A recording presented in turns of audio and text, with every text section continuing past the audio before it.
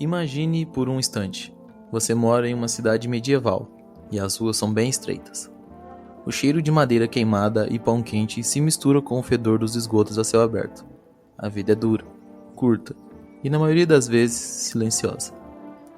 Mas um dia esse silêncio é quebrado, não pelo sino da igreja, não pelo anúncio de um mercado novo, mas por algo muito mais estranho. Você sai na rua e vê uma mulher. Ela está dançando, sozinha em meio à praça. Mas não é uma dança de uma festa. São movimentos frenéticos e descontrolados. O rosto dela está vazio, como se não houvesse ninguém por detrás de seus olhos. Você a observa por alguns minutos e depois volta a fazer as coisas do seu dia. Mas no dia seguinte, ela continua lá, dançando.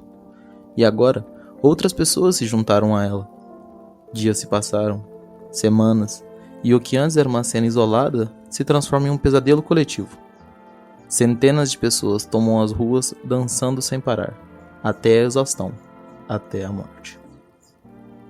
Pode parecer um roteiro de um filme de terror, não é mesmo? Mas essa história é real e aconteceu há pouco mais de 500 anos em uma cidade chamada Estrasburgo.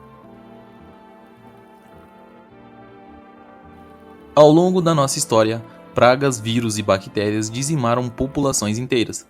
A peste negra, a varíola, a gripe espanhola são capítulos sombrios e muito bem documentados da nossa existência. Mas, em 1518, a cidade de Estrasburgo, que hoje fica na França, bem na divisa com a Alemanha, foi palco de uma epidemia de um tipo completamente diferente. Uma que não era causada por um agente externo, como uma bactéria, por exemplo, mas talvez por algo muito mais estranho. Para entender o que aconteceu, a gente precisa voltar no tempo, há 500 anos atrás, no verão da Europa, em uma cidade de 20 mil habitantes. A cidade passava por um dos períodos mais sombrios de sua história. Os invernos estavam cada vez mais rigorosos e as chuvas constantes tinham destruído as colheitas por vários anos seguidos. A fome era generalizada. O preço do pão, que era a base da alimentação da população, tinha subido tanto que a maioria das pessoas simplesmente não conseguia mais comprar para comer. Mas não era só a fome. A peste bubônica, que já havia devastado a Europa séculos antes, voltava de tempos em tempos. A sífilis era uma doença nova e misteriosa que estava se espalhando, e a lepra e a varíola estavam matando aos montes ainda naquela época. E para completar, a reforma protestante estava começando a se espalhar pela Europa, e com ela vinha um medo apocalíptico. As pessoas acreditavam que o fim dos tempos estava próximo e que Deus, em sua ira, estava punindo a humanidade por seus pecados. Era um cenário de medo e fervor religioso que tomava conta das pessoas que ali moravam. E foi nesse cenário de tensão que no dia 14 de julho de 1518, uma mulher saiu de casa e fez algo que ninguém esperava.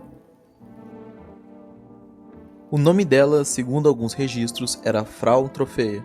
Outros documentos mencionam apenas como uma mulher sem identificação. Ela começou a dançar, mas não era uma dança feliz.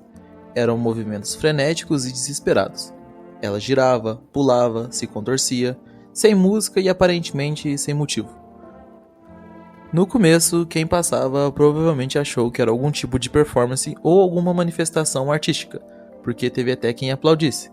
Porém, ela continuou a dançar o dia inteiro e quando a noite chegou, ela ainda estava lá dançando. Frau Troffea dançou por 6 dias seguidos, sem parar, sem comer e sem descanso. Ela dançava até cair a exaustão e quando acordava, voltava a dançar novamente.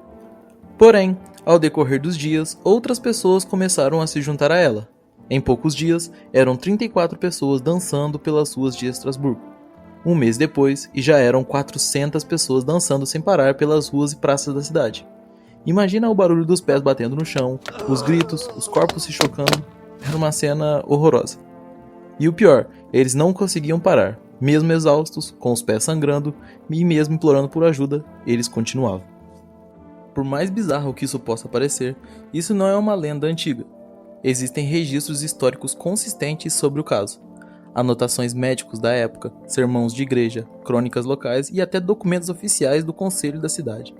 Todos descrevem a mesma coisa, pessoas dançando compulsivamente e sem controle. Um cronista do século XVII escreveu assim: muitas centenas em Estrasburgo começaram a dançar e pular.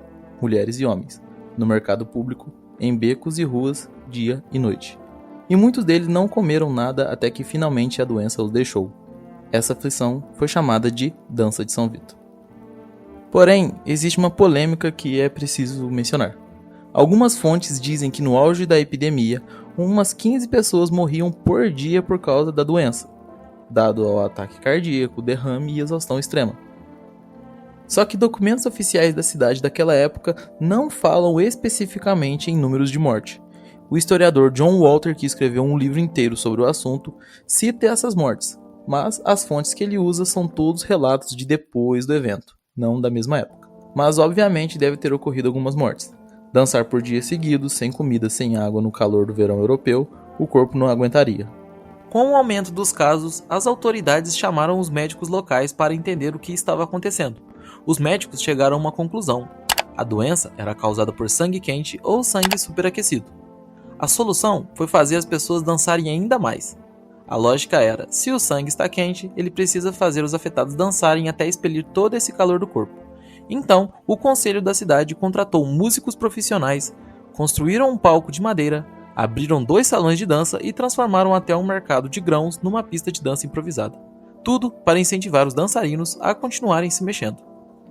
Nem precisa explicar que isso foi um completo desastre. As músicas, o movimento coletivo e a atmosfera, tudo isso só intensificou o fenômeno. Mais gente foi tomada pela compulsão de dançar. E foi aí que as autoridades perceberam de que a teoria do sangue quente não estava funcionando na prática. E mudaram a estratégia e passaram a tratar o caso como uma aflição divina. Levaram os dançarinos mais graves em uma procissão até o santuário de São Vito e lá fizeram missas, orações e usaram relíquias sagradas e rituais de cura. E aí, aos poucos começou a funcionar. Não foi instantâneo, mas os dançarinos foram parando aos poucos. Primeiro os mais graves, no próprio santuário, e depois, sem eles como referência, os outros também foram parando. No início de setembro de 1518, quase 2 meses depois do começo, a epidemia finalmente acabou. As ruas de Estrasburgo voltaram ao silêncio, e do mesmo jeito misterioso que começou, o fenômeno simplesmente desapareceu.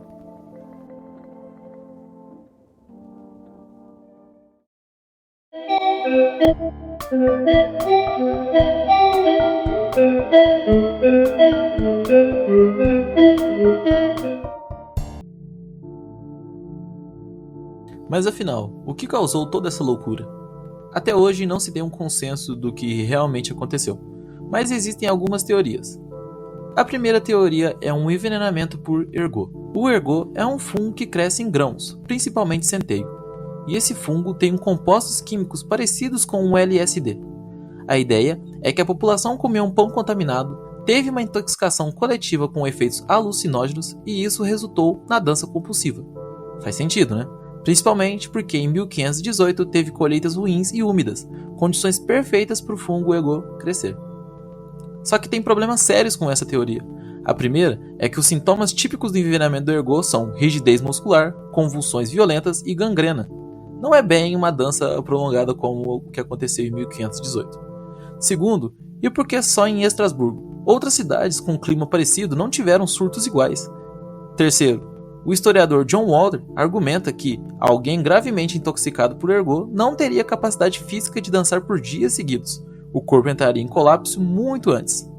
Então, o ergot provavelmente não foi a causa principal ou, no mínimo, não foi a única.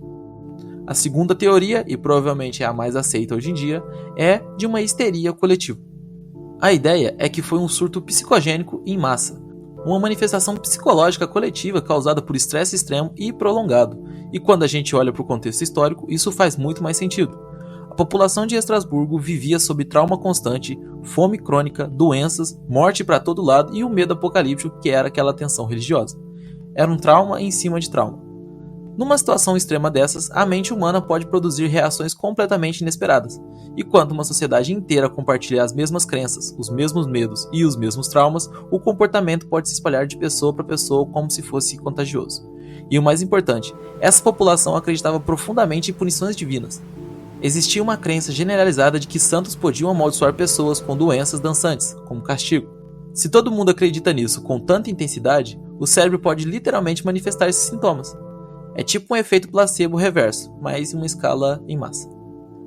Não foi só um caso isolado, teve vários surtos de mania de dança na Europa medieval. Em 1374, milhares de pessoas na região do Rio Reno começaram a dançar em agonia coletiva.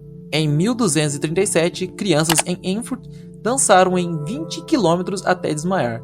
Teve surtos na Saxônia já no século XI e todos esses eventos começaram em momentos de extremo estresse social.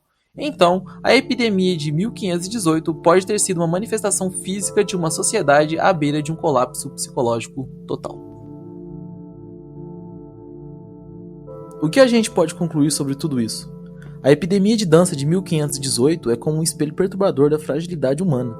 Ela mostra como a mente pode se fragmentar quando empurrada além de seus limites, como medo, trauma ou uma crença coletiva que pode literalmente fazer com que o corpo execute ações involuntárias. E mostra que, mesmo 500 anos depois, ainda existem mistérios que a gente não consegue explicar completamente. Foi realmente uma histeria coletiva, ou uma intoxicação, ou uma combinação de tudo isso? Ou pior, se tem algo que a gente realmente nem imagina? A verdade é que a gente nunca vai saber com certeza. O que a gente sabe é que, em algum momento, de julho de 1518, uma mulher começou a dançar nas ruas de Estrasburgo. Centenas de pessoas seguiram ela, dançaram até perder as suas forças. Algumas dançaram até a morte, e então, simplesmente, pararam.